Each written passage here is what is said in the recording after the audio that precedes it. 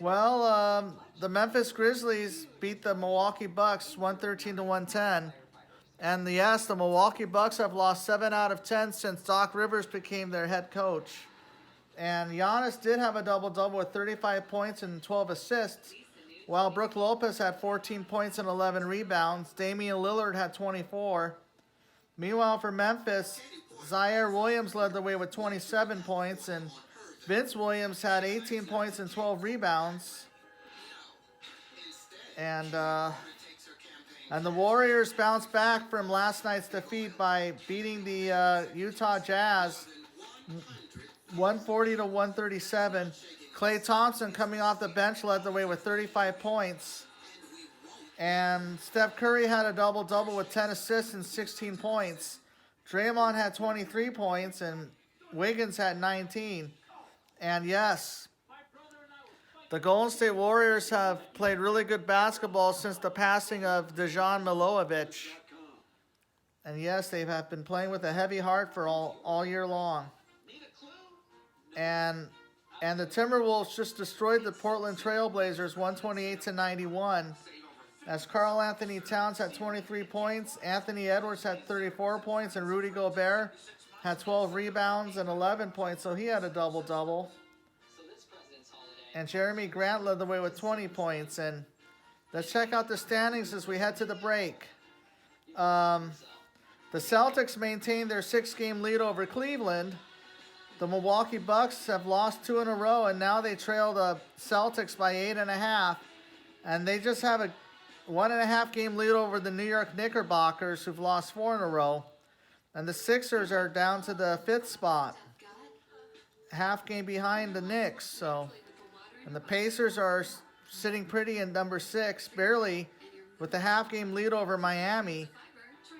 And they're tied with Orlando for the 8th spot. Meanwhile, the Bulls and the Hawks secure the final play-in positions if the playoffs were to end today. So the Brooklyn Nets will be on the outside looking in. And check out the Western Conference standings at the break. The Timberwolves have won 4 in a row and have a 1.5 game lead over the Oklahoma City Thunder and a 2-game lead over the Clippers. So the Clips are the 3 seed.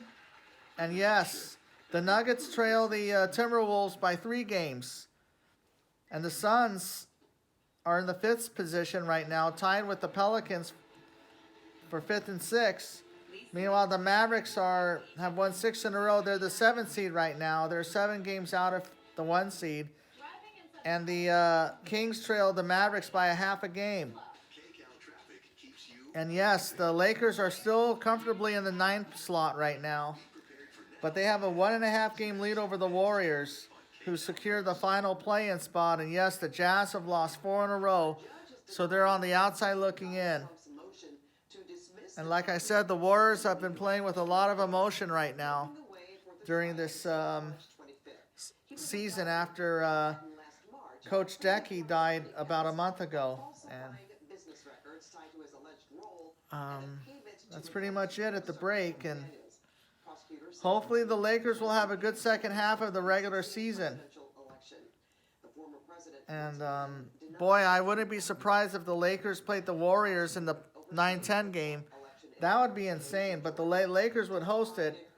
And that means if the Lakers beat the Warriors in the 9-10 game, then they'll play for the 8th seed, meaning that they'll have to win that game to reach the playoffs. And they'll have to face Minnesota, who's the 1 seed. And, of course, the Mavericks would play the Kings for the 7-8 game. If the Mavericks win that, then they're the 7th seed, and they'll face OKC. And we all know that the 6th and will play the Pelicans, will play the Clippers, and the Suns will play the Nuggets. And nothing's final yet, but a lot can happen between now and April 14th, so there's about 2 months left to go in the regular season. All right, y'all. Well, enjoy your All-Star Game weekend here. You know, we have the Rising Stars game. We got All-Star Saturday night with the slam dunk contest, the 3-point contest, skills challenge, and, of course, the main event on Sunday between the Western Conference All-Stars and the Eastern Conference All-Stars. So this is going to be a much-needed break for everybody. So have a great night. I'll catch you next time. Peace out.